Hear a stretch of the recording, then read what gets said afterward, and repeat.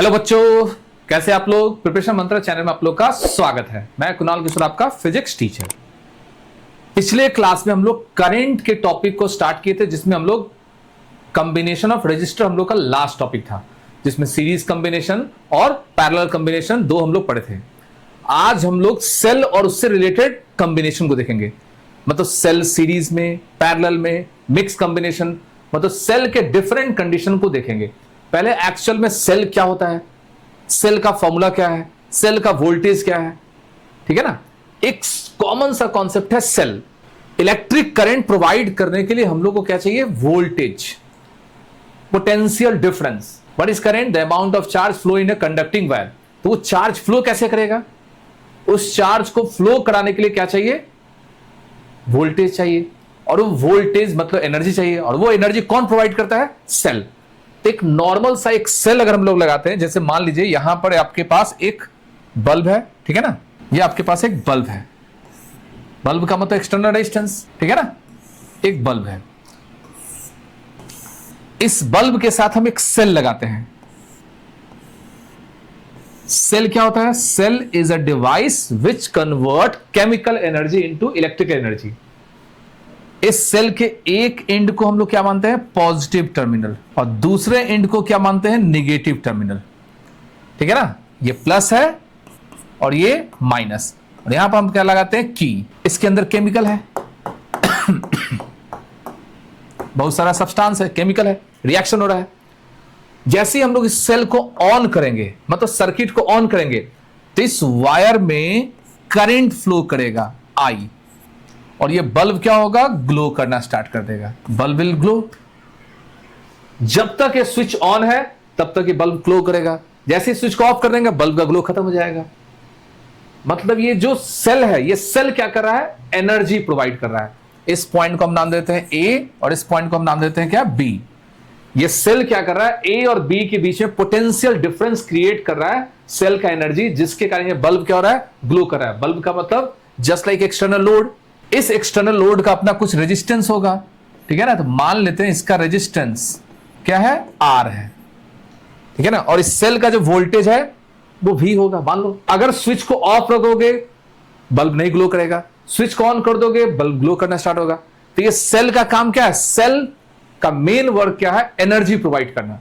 Cell does not transfer any charge. Cell charge को transfer नहीं करता है। ये सेल इस बल्ब को कोई चार्ज नहीं देगा। ये सेल इस बल्ब के दोनों एंड में वोल्टेज जनरेट करेगा, पोटेंशियल डिफरेंस जनरेट करेगा, एनर्जी जनरेट करेगा, और वो एनर्जी इलेक्ट्रॉन को पुश करेगा, जिसके कारण बल्ब ग्लो करना स्टार्ट होता है। और करंट के डायरेक्शन के अगेंस्ट क्या होता है, इलेक्ट्रॉन का फ्लो होगा, और प्रोटॉन का फ्लो अगेंस्ट में।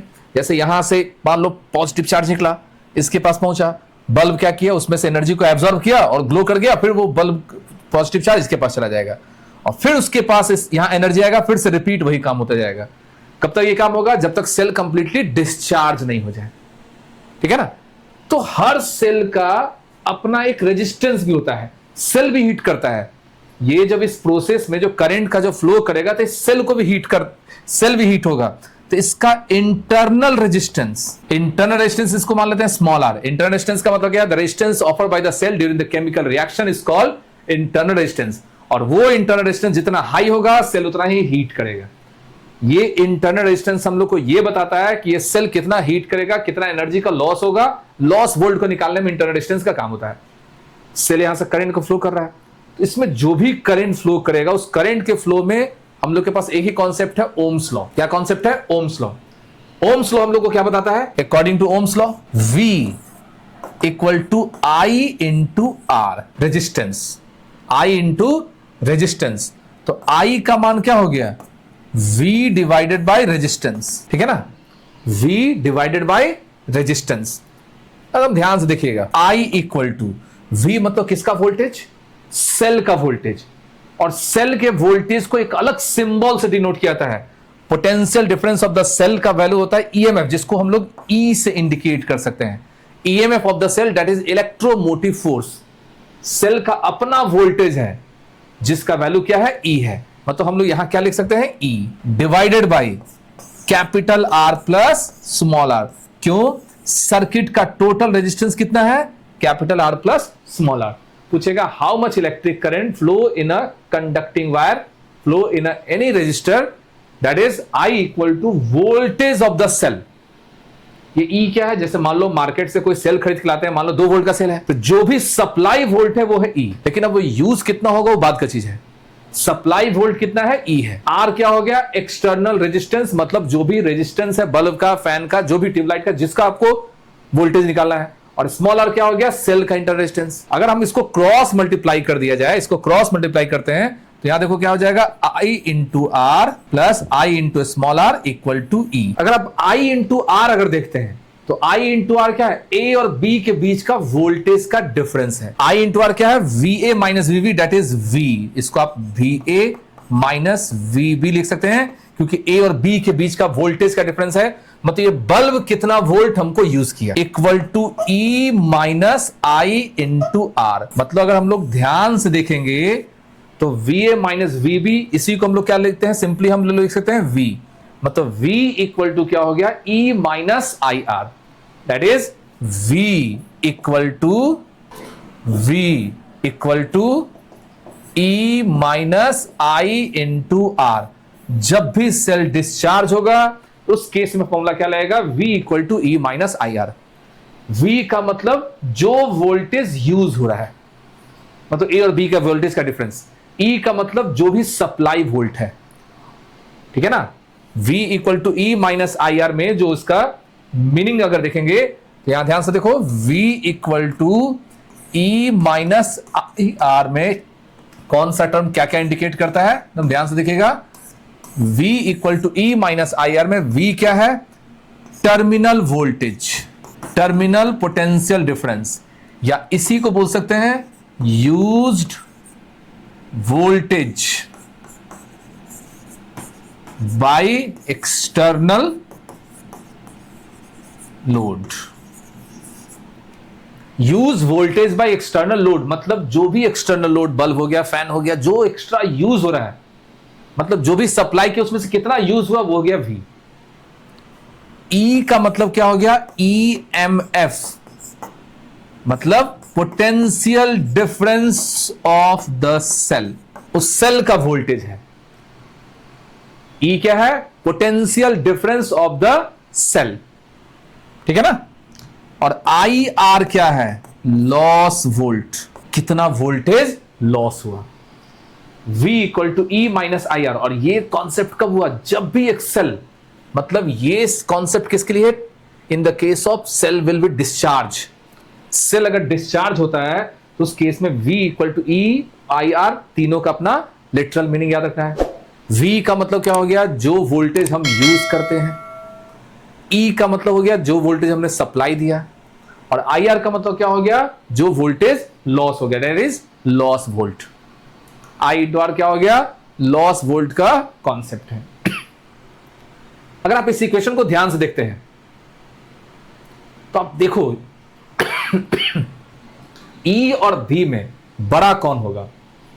मतलब जो भी हम सप्लाई करेंगे तो सप्लाई वोल्टेज हमेशा ज्यादा होना चाहिए as compare to use voltage.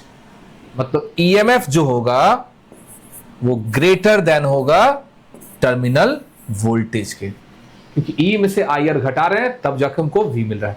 मतलब अगर हम मार्केट से 10 वोल्ट का बैटरी खरीदेंगे तो 10 वोल्ट यूज नहीं होगा, अगर इंटरनल दिया हुआ है तो 10 से कम यूज सकता है, 10 से ज्यादा नहीं हो सकता है, ठीक है ना। तो ये बहुत इंपॉर्टेंट फॉर्मूला है, V equal to E minus I R. इस फॉर्मूला के हेल्प से हम बहुत सारा कॉन्सेप्ट बना सकते हैं, बहुत सारा क्वेश्चन को सॉल्व कर सकते हैं, ठीक है ना। इसमें 2 कंडीशन है, ठीक है ना। अब ध्यान से देखना, इसमें पहला पॉइंट, अब सेल को हम लोग सिंबॉलिक ऐसे रिप्रेजेंट करेंगे, ठीक है ना। और इसके इंटरनल रेजिस्टेंस को इस तरह से, this is called internal resistance, ठीक है ना। इस पॉइंट को हम नाम देते हैं A और इस पॉइंट को नाम देते हैं B। अगर इस सेल से करंट बाहर निकल रहा है, मतलब ये करंट हम लोग यूज कर रहे हैं किसी भी बल्ब को, किसी भी फैन को ऑपरेट करने के लिए, तो ये सेल क्या हो रहा है? डिस्चार्ज हो रहा है। तो इस केस में आपको एकदम दिमाग नहीं लगाना है, सिंपल याद रखिएगा, VA माइनस VB मानो equal to V equal to E minus IR लगा देना है, ठीक है ना। That is V equal to E minus IR। तो ये कंडीशन क्या है? For the cell will be discharge. Cell क्या हो रहा है? डिस्चार्ज हो रहा है, ठीक है ना। तो डिस्चार्ज के केस में जितना सप्लाई होगा उतना यूज नहीं होगा, हमेशा उससे कम होगा। अगर मान लो तुम्हारे पास एक बैटरी है, जैसे होता है ना मोबाइल का बैटरी, अब उसको चार्ज करना है, ये हो गया उसका ईएमएफ और ये इंटरनल। अब देखो हमको इसको चार्ज करना है। चार्ज करने का मतलब हम इसको एक्सटर्नल किसी भी दूसरे सेल से इसको वोल्टेज प्रोवाइड करेंगे। तो मान लो ये वोल्टेज, जो भी वोल्टेज, अगर ईएमएफ इसका ई है, तो क्या मान लो अगर एक बैटरी 10 वोल्ट का है, उसको चार्ज करना है, तो क्या आपको 10 ही देना पड़ेगा? नहीं, पहले उसमें देखना पड़ेगा कितना लॉस होता है। मान लो लॉस है 2 वोल्ट का और उसको जरूरत है 10 का, तो आपको देना पड़ेगा 12 वोल्ट। क्या देना पड़ेगा? 12 वोल्ट। मतलब टर्मिनल वोल्टेज जो हम सप्लाई करेंगे V = E + IR। तो ये जो फॉर्मूला है ये किस चीज के लिए? ये डिस्चार्जिंग के लिए है। और ये फॉर्मूला किसके लिए है? फॉर चार्जिंग के लिए। मतलब अगर कोई भी सेल डिस्चार्ज होता है तो उस केस में क्या लगा देना है? E - IR। अगर कोई भी सेल चार्ज होता है तो उस केस में लगा देना है E + IR। एकदम सिंपल सा कॉन्सेप्ट है। एक लॉजिक सोचो, हमको जितना वोल्टेज चाहिए अगर उतना ही उसको देंगे तो मशीन है, इंस्ट्रूमेंट है, ऐसा कोई इंस्ट्रूमेंट बना नहीं सकते हैं जिसमें हीट के फॉर्म में एनर्जी का लॉस नहीं हो। कुछ ना कुछ एनर्जी का लॉस होना ही है। इसलिए चार्जिंग के केस में अलग कॉन्सेप्ट है, डिस्चार्जिंग के केस में अलग कॉन्सेप्ट है। E - IR in the case of discharging, that is voltage is used by the external instrument, and E + IR का मतलब एक सेल को ही चार्ज करना है। क्योंकि देखो याद रखिएगा सेल 2 तरह का होता है, एक होता है प्राइमरी और एक होता है सेकेंडरी, ठीक है ना। मतलब एक होता है यूजेबल बैटरी, जैसे मोबाइल फोन का बैटरी, उसको हम लोग रीयूज कर सकते हैं, उसको बार बार हम लोग रीयूज कर सकते हैं। तो हम लोग इस तरह से याद रखिएगा बैटरी के कॉम्बिनेशन से हम लोग कभी भी किसी तरह के क्वेश्चन को सॉल्व कर सकते हैं। फिर से याद रखिए, सेल क्या है? एक ऐसा इंस्ट्रूमेंट है जिसका काम क्या करना? एनर्जी प्रोवाइड करना। कभी भी आपसे क्वेश्चन पूछा जाए कि सर क्या सेल इलेक्ट्रॉन प्रोवाइड करेगा? नो। प्रोटॉन प्रोवाइड करेगा? नो। सेल उस इलेक्ट्रॉन को जो उसमें पहले से एग्जिस्ट कर रहा है उसको एनर्जी देता है। करंट और वोल्टेज में एकदम कॉन्सेप्ट याद रखिएगा, इलेक्ट्रिक करंट और वोल्टेज में। इलेक्ट्रिक करंट का मतलब होता है इलेक्ट्रॉन या proton, that is flow of charge amount. Electric current का मतलब क्या होता है? Flow of charge, that is amount. जो भी अमाउंट फ्लो करता है उसी को इलेक्ट्रिक करंट बोलते हैं। और उस चार्ज का जो भी एनर्जी है, उस चार्ज के पास जो भी एनर्जी है उसको हम लोग क्या बोलते हैं? वोल्टेज। मतलब उसका स्पीड, ठीक है ना। क्योंकि रेजिस्टेंस वर्ड का मतलब क्या होता है? रेजिस्टेंस का काम क्या है? Resistance is the substance which oppose the flow of charge. Oppose करने का मतलब क्या है? जैसे मान लो एक बल्ब है, 100 वाट का बल्ब है। 100 वाट का बल्ब का मतलब क्या हो गया? उसको 1 सेकंड में 100 जूल एनर्जी चाहिए। 500 वाट का बल्ब है तो उसको 1 सेकंड में 500 जूल एनर्जी चाहिए।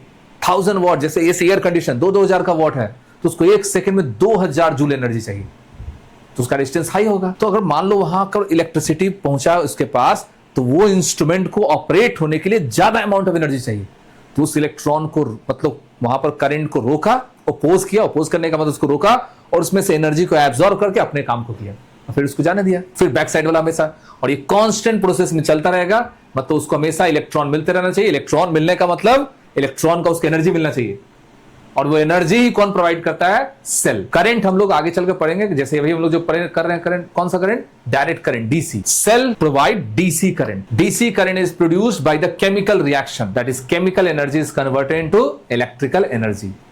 तो सिंपल सा एकदम कॉन्सेप्ट है, एकदम क्लियर फंडा है, एकदम याद रखना है कि V = E - IR। किस केस में? सेल जब डिस्चार्ज होता है, और E + IR सेल जब चार्ज होता है। एक चीज याद रखना, जब हम लोग ये जब चैप्टर पढ़ रहे हैं ना, करंट में ओम्स लॉ क्लास 10th में ही था, करंट का फॉर्मूला क्लास 10th में था, पावर का फॉर्मूला था, लेकिन यहां से जो कॉन्सेप्ट है वो धीरे धीरे सर्किट के क्वेश्चन को बनाने में हेल्प करेगा।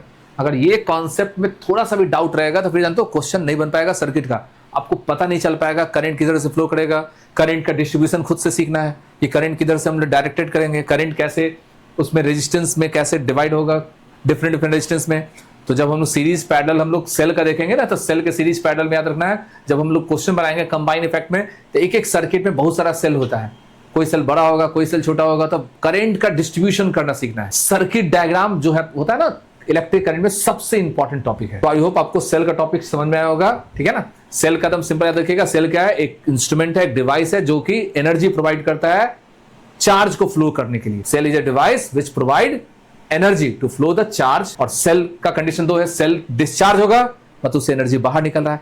सेल चार्ज होगा मतलब उसको एनर्जी प्रोवाइड देना है, क्योंकि सेल को भी तो चार्ज करना है। ऐसा थोड़ी है कि हम लोग बहुत सारा बैटरी, जब कोई भी जाता है मोबाइल फोन का बैटरी, लैपटॉप का बैटरी, उसको चार्ज करना ही है, तो चार्ज करने का मतलब उसको एनर्जी देना पड़ेगा, और वो एनर्जी किसी बिगर सेल से देंगे, ठीक है ना। पहले हम इन्वर्टर को चार्ज करते हैं फिर उसको यूज करते हैं, कैमरा के बैटरी को चार्ज करेंगे फिर यूज करेंगे, मोबाइल के बैटरी को चार्ज करेंगे फिर यूज करेंगे। तो चार्ज करने के लिए क्या होगा, हमको उससे बड़ा वोल्टेज वाला इंस्ट्रूमेंट चाहिए, ठीक है ना। वहां पर हम अल्टरनेटिंग करंट को डायरेक्ट करंट में भी कन्वर्ट करेंगे, धीरे धीरे वो टॉपिक आगे सीखेंगे। तो आप लोग का काम हमेशा याद रखिएगा, जो पीछे का टॉपिक उसको हमेशा रिकैप करना। तो आई होप ये टॉपिक समझ में आया होगा। इस तरह के वीडियो को देखने के लिए चैनल को लाइक कीजिए, सब्सक्राइब कीजिए। Thank you for watching professional Mantra channel.